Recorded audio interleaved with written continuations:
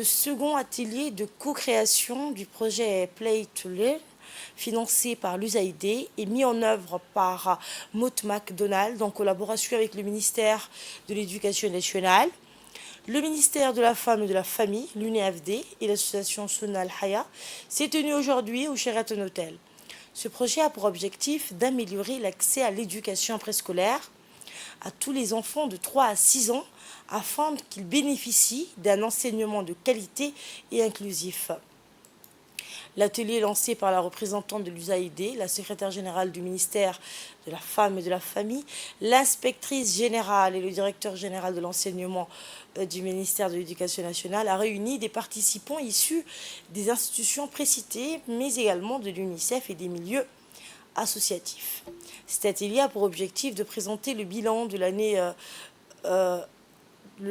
1 du projet Play to Learn et d'élaborer le plan d'action de l'année 2 avec les différents partenaires à travers une approche participative.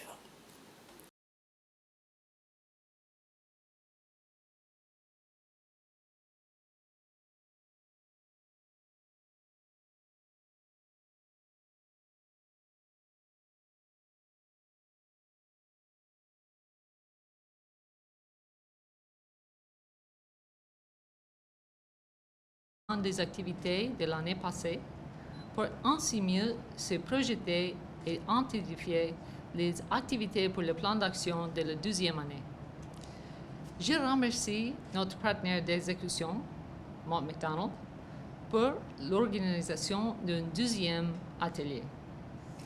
Play to Learn est un projet axé sur l'éducation de la petite enfance, un sujet crucial pour l'USAID et le gouvernement djiboutien.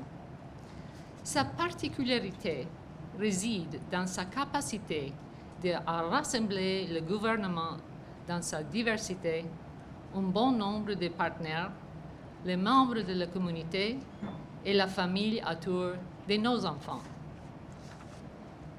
Au nom de l'USAID et du gouvernement américain, j'applaudis l'engagement de tous, que l'enseignement préscolaire soit au cœur de vos priorités et cette forte synergie entre les partenaires pour la deuxième année.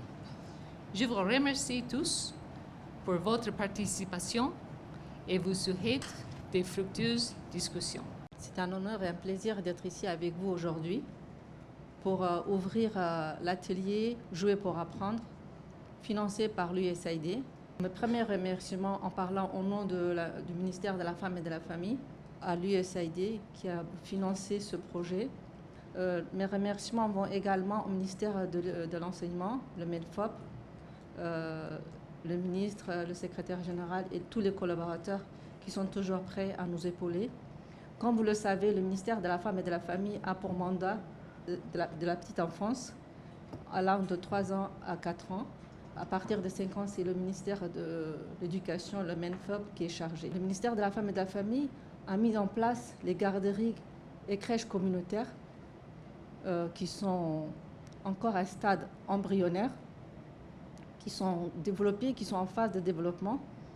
Et avec l'appui de ce projet, nous sommes en train d'élargir et d'approfondir par la formation et l'encadrement. Il est aussi de notre rôle et de notre responsabilité d'apporter le soutien financier à la communauté pour qu'elle puisse éduquer les enfants du préscolaire.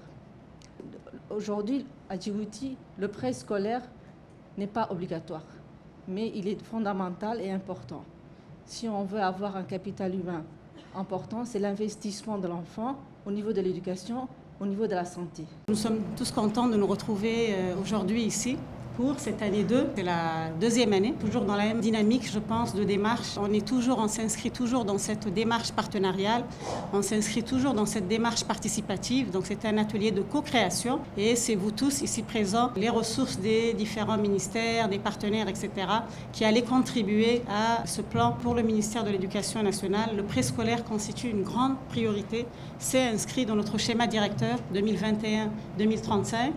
et nous le pensons à travers vraiment le prisme de la qualité. On se dit qu'un enfant qui a fait le préscolaire, il est mieux outillé, il est mieux préparé, il est mieux paré et c'est une espèce de garantie de rétention par la suite au niveau du cursus scolaire.